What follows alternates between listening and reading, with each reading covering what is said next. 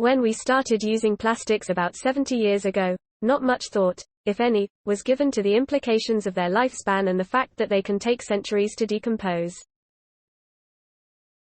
Consequently, as plastics have diversified and become easier to manufacture, the planet is now straddling some 8.3 billion tons of the stuff, almost every bit of plastic ever produced, without enough technology or incentives to shrink that growing pile. Plastic is cheaper and easier to produce and throw away than it is to recycle. UC Santa Barbara researchers Susannah Scott and Mahdi Abu-Omar are poised to shift this decades-old paradigm. With a one-pot, low-temperature catalytic method that upcycles polyethylene, a polymer that is found in about a third of all plastics produced, with a global value of about $200 billion annually, into high-value alkylaromatic molecules that are the basis of many industrial chemicals and cons. Adding value to what would otherwise become trash could make plastic waste recycling a more attractive and practical pursuit with an environmentally beneficial outcome. Here's a potential solution, said Scott, who with her colleagues has now published their research in the journal Science. Their effort, she said, is one in a growing list of possible measures that can be taken to turn plastic's linear, wasteful economy into a more sustainable, circular one.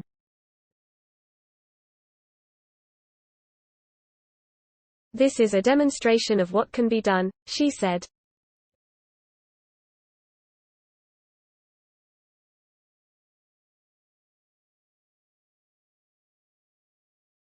A second life for waste plastics. There's no denying that modern existence owes a lot to plastics, from the packaging that keeps foods fresh, to the sterile materials used in medical applications, to the cheap, lightweight parts that go into many of our affordable, durable goods.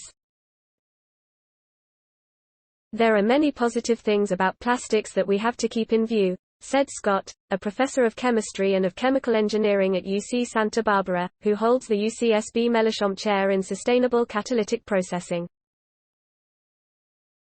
At the same time, we realize that there is this really serious end-of-life issue which is an unintended consequence. The property that makes plastics so useful is also what makes them so persistent, the researchers explained. It's their chemical inertness. They generally don't react to other components of their environment. Plastic pipes don't rust or leach into the water supply. Plastic bottles can store caustic chemicals. Plastic coatings can resist high temperatures.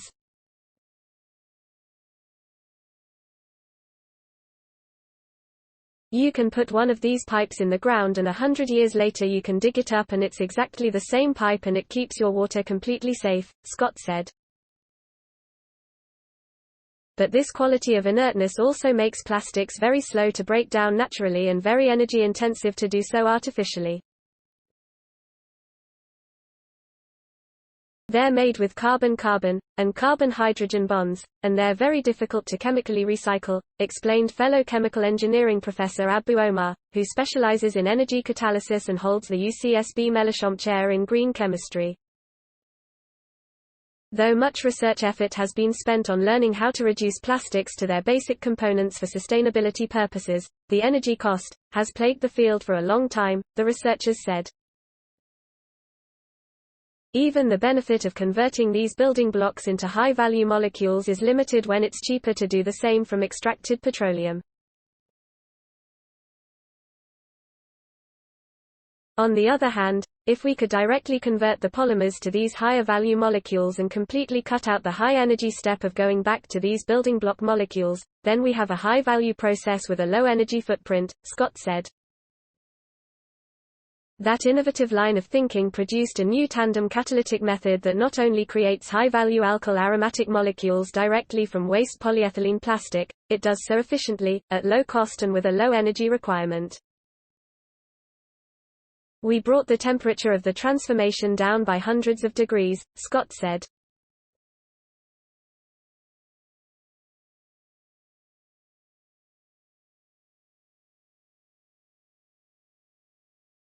Conventional methods, according to the paper, require temperatures between 500 and 1000 degrees Celsius to break down the polyolefin chains into small pieces and reassemble them into a mixture product of gas, liquid and coke, while the optimal temperature for this catalytic process hovers in the neighborhood of. The relatively mild reaction condition helps break down polymers in a more selective way to a majority of larger molecules within a lubricant range, the researchers explained.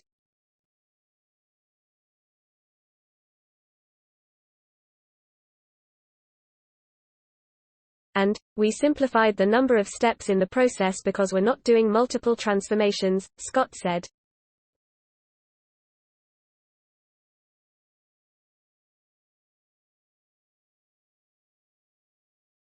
In addition, the process requires no solvent or added hydrogen, just a platinum on alumina (PT) aluminium oxide catalyst for a tandem reaction that both breaks those tough carbon-carbon bonds, and rearranges the polymer's molecular skeleton to form structures with those characteristic six-sided rings. High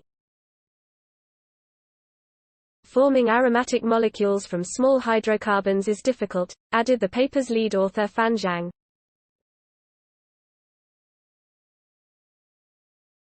Here, during aromatics formation from polyolefins, hydrogen is formed as a byproduct and further used to cut the polymer chains to make the whole process favorable.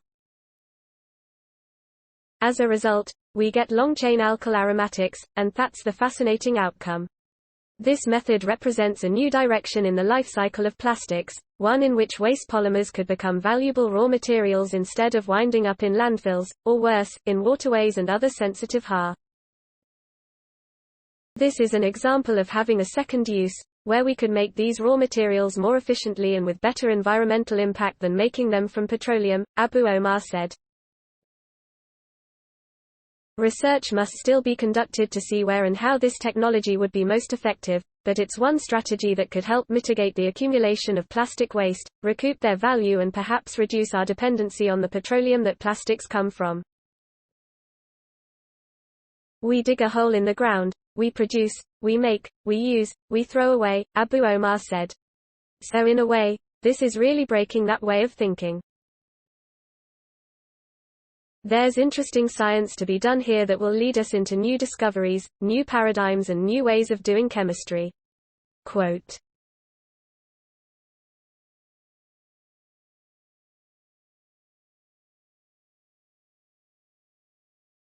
Please support my channel to grow by pressing subscribe button and the bell icon. We will notify you technological news. Thank you.